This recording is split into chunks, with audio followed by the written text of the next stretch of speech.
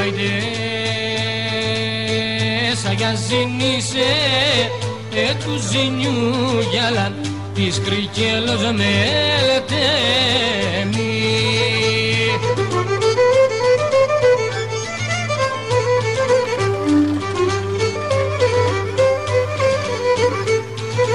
Άιντε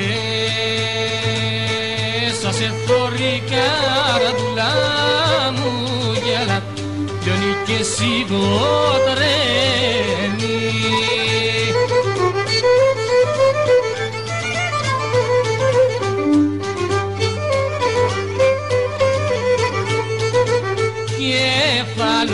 Κεφάλος με το ζυνί σου και με το μορφό καστρί σου και με το μορφό καστρί σου κεφάλος με το ζυνί σου.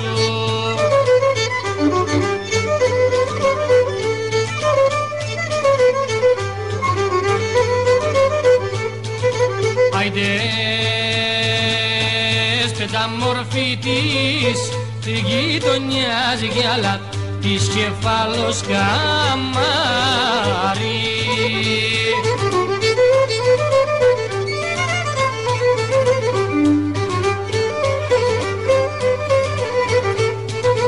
Άιντε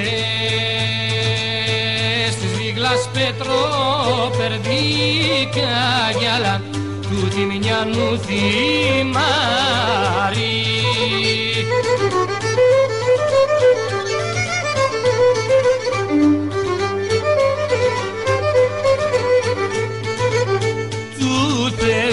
Του Θεού ζήτω μια χάρη να με φέρει στο καμάρι, να με φέρει στο καμάρι. Του Θεού ζήτω μια χάρη.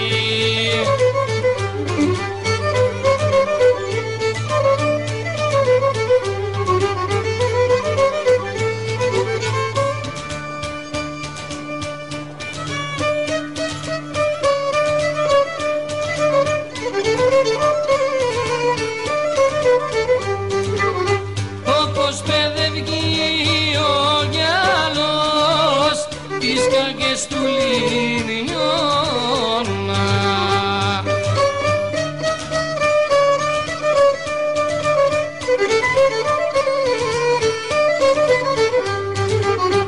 έτσι με τυράννα σχέση μας αγαπώ ακόμα.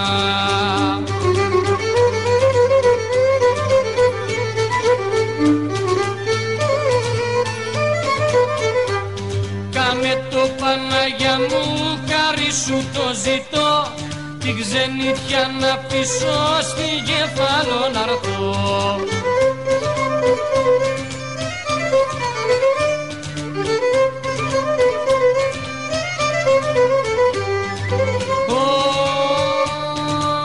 Ψηλά πας στη Ζηνιώτισσα, θα ανεβώ που έχει αγέρι.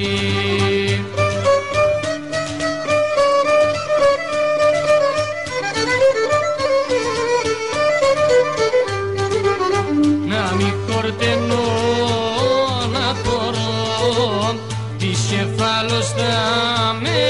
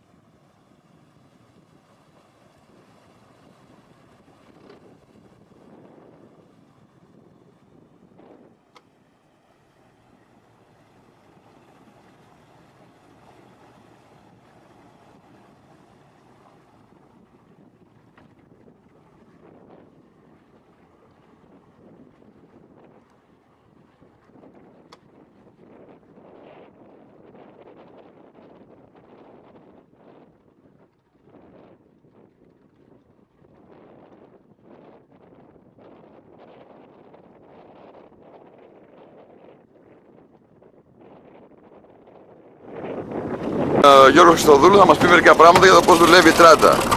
Καπετάνιο, πώς δουλεύει αυτό το εργαλείο?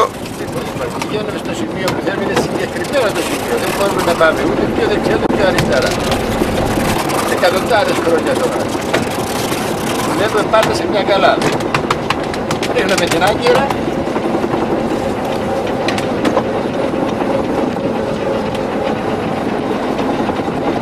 Ρίχνουμε τα σκηνιά που θέλουμε ανάλογα το βάθος και συνεχεία τα ρίχνουμε. Και επιστρέφουμε πάλι πάνω στην άγκυρα. Δηλαδή κάνουμε ένα κύκλο δηλαδή. Ένα πίσω 10. Ωραία. Και μετά βάλουμε τα σκηνιά πάνω στο δίκτυο. Όπως βλέπεις τώρα. Ναι. Αλλά θέλει όσο γίνεται πιο σιγά. Τα ψάρια λοιπόν για να φτιάξει αυτό το εργαλείο της αλήθειας θα είναι πέρα. Δίκτυα δεν πιάνει. Βλέπει το μαριτάκι το δίκτυο, σιγάζει το πάρει και πηγαίνει προς τα μέσα και πάει μέσα στο σάκο. Δηλαδή αυτός ο θόρυβος οδηγεί το ψάρι μέσα στο σάκο. Ναι. Βλέπεις τώρα μουσικά εδώ. Το οδηγεί λοιπόν στο κέντρο που είναι ο σάκος και μαζεύεται εκεί μέσα που είναι ψηλό το μάτι του δικτύου από ό,τι νομίζω. Όταν πηγαίνουμε μέσα και κρέμουν τα μάτια. Κάνουμε από 50 εκατοστά και καταλήγουμε σε 8 χιλιόμετρα. Μάλιστα.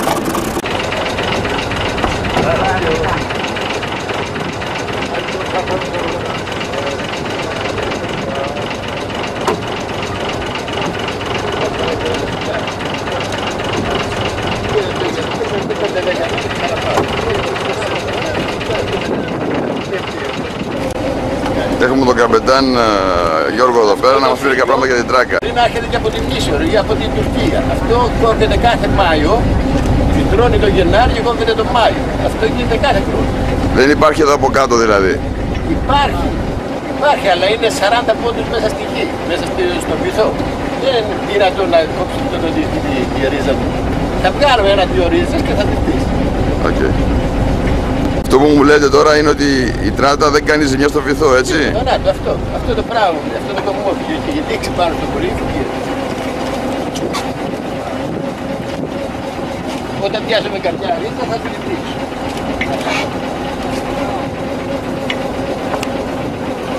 Κάτσε όξο,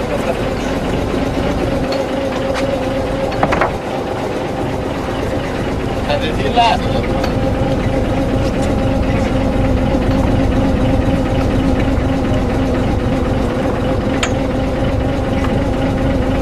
Τώρα οι άλλοι πάνε κάτω στο λιμάνι και συνεχίζουν. Μα δεν μας ενδιαφέρει το που πάμε, μας ενδιαφέρει να φύγουν οι μέρες.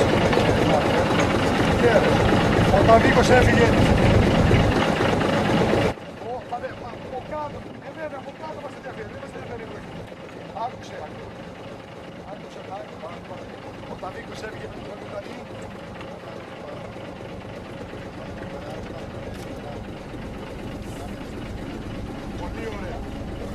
Θα πάρει μαύρη κογιά, τώρα που θα σηκωθεί ο ήλιος, θα βάλουμε στην άγκυρα και θα πάρουμε εκεί πέρα πετώνει πλαστικό μαζί με μια καψίτσα και σκηνή για να φτιάξουμε το γύρο της, μόλις αυτό το γύρο της μαζέρες, δεν μπορεί καλά. Το γύρο που θα χορεύουν, ακούστε τι που θα χορεύει το πέτρο.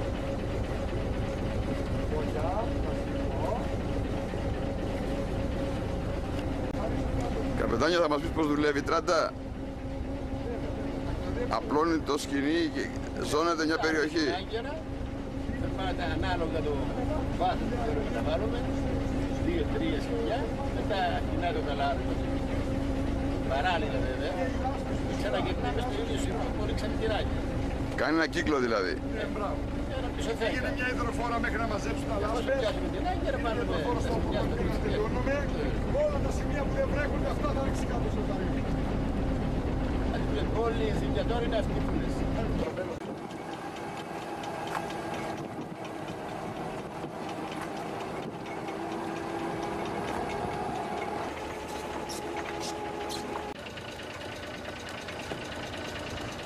Μετά το 250.